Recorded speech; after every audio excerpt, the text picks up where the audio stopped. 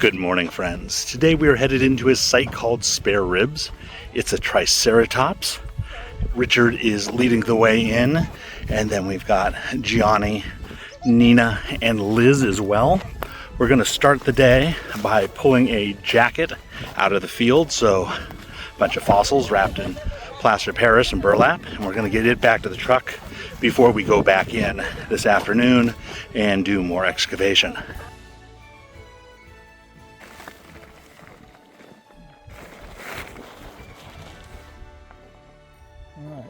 In fact, there's one of them right there. That's a rib, or part of it. Actually, it's only half of it. The rib itself, we've been taking out this long. The big problem we have now is that mass in the middle is full of bone, little pieces that don't seem to belong to anything. So we're slowly working our way down. If it's a little lump, we just bag in it.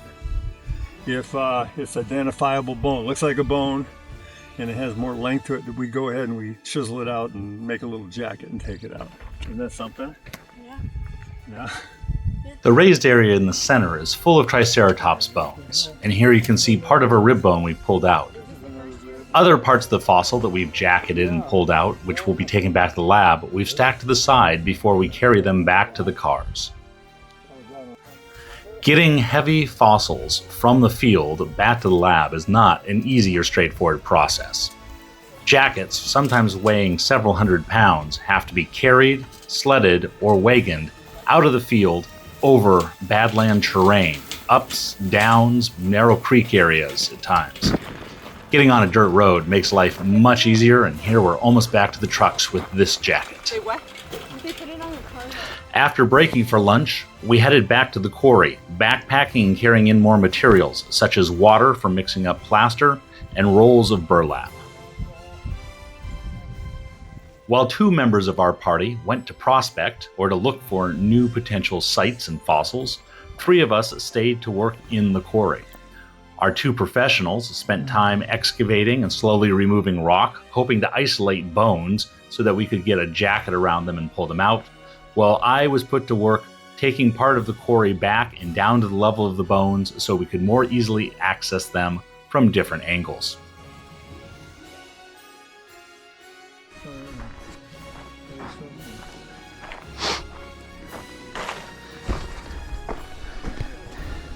The quarry itself was in a mudstone layer, which thankfully broke up fairly easily under the geopick, and then I was able to shovel it into a wheelbarrow and move the tailings and excavated rubble off to the side so that we could continue to work our way down. Obviously, 2 years ago, you didn't want to do it because there's stuff in the way. So it's been sitting there. When we were jacking, and that frigid October air, our hands were wet. That was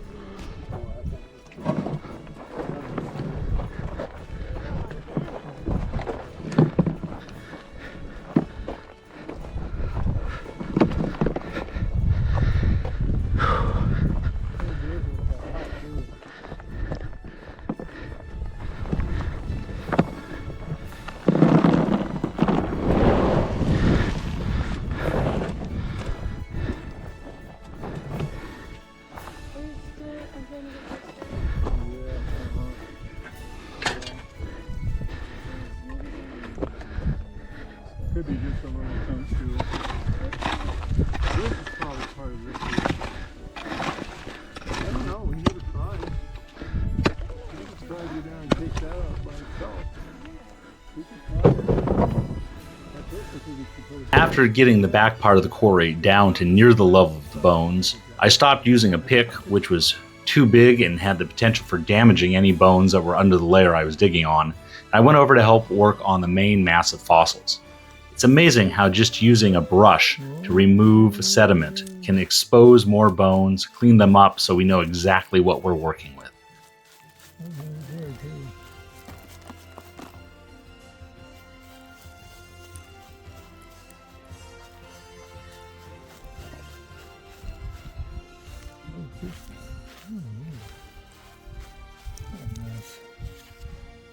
Along the way, if there were bones that were in poor condition or in danger of flaking off, we used an adhesive on the bones to keep them together before we could get a jacket around them.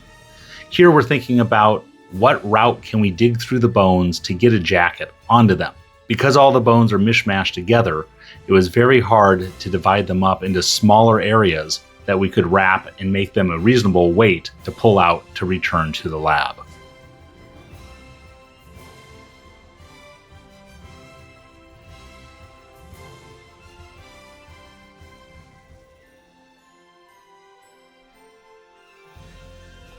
Nice sandstone.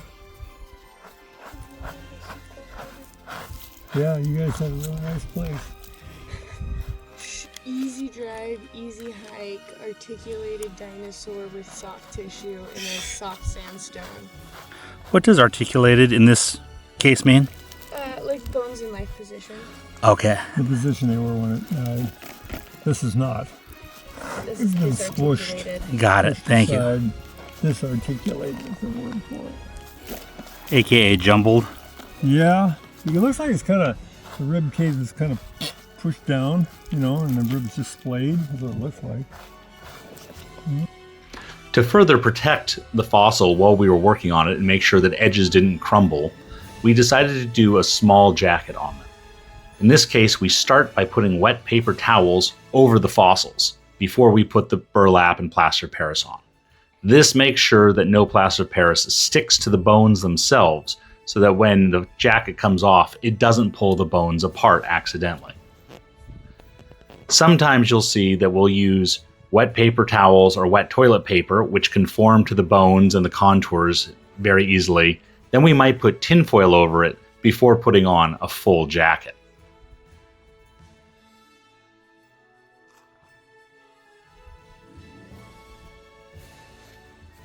Wondering if we can try to just get this rib off. Yeah, this is, huh?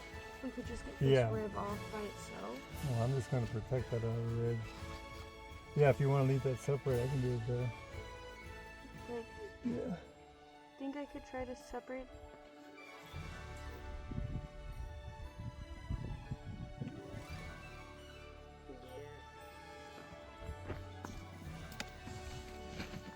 Since we're out in the badlands of Montana, we have to carry all of our supplies in and out. That's where you saw us using the frame packs earlier, or if super heavy, we'll use the wagon to get them as close as possible if we can't get trucks close to the site. Here we're mixing up a batch of plaster of Paris and then soaking burlap in it. Those burlap strips then get put over the fossil, and as they dry, they provide rigidity, stability, and protection for the fossil. Again, we're just putting a temporary one on right now to protect the edge while we're working on it. Ultimately, when the parts of this skeleton get pulled out, the entire thing will be jacketed. We start by jacketing the top, then working underneath the skeleton and the fossils, and flipping it over to jacket the bottom before removing it from the field. Pass the paper.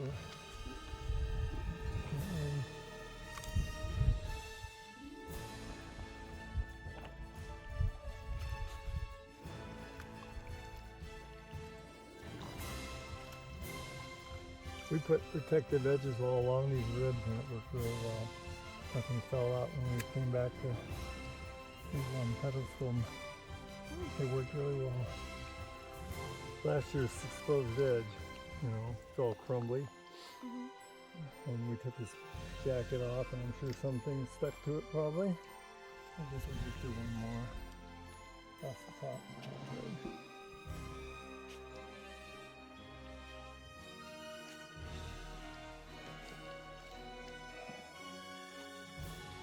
Good afternoon. I'm here with another fieldwork update for you.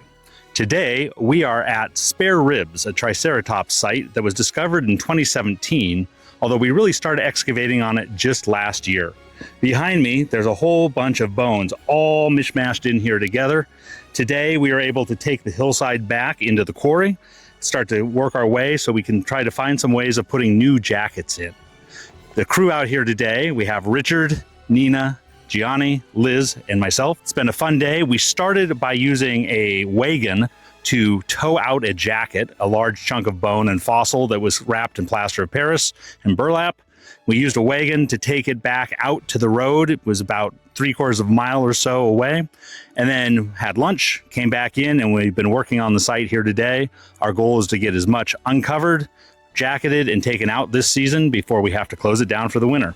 Thanks for joining us here on the Hell Creek Project as part of the Wilson-Mantilla Labs. We hope you'll tune in for future fieldwork updates.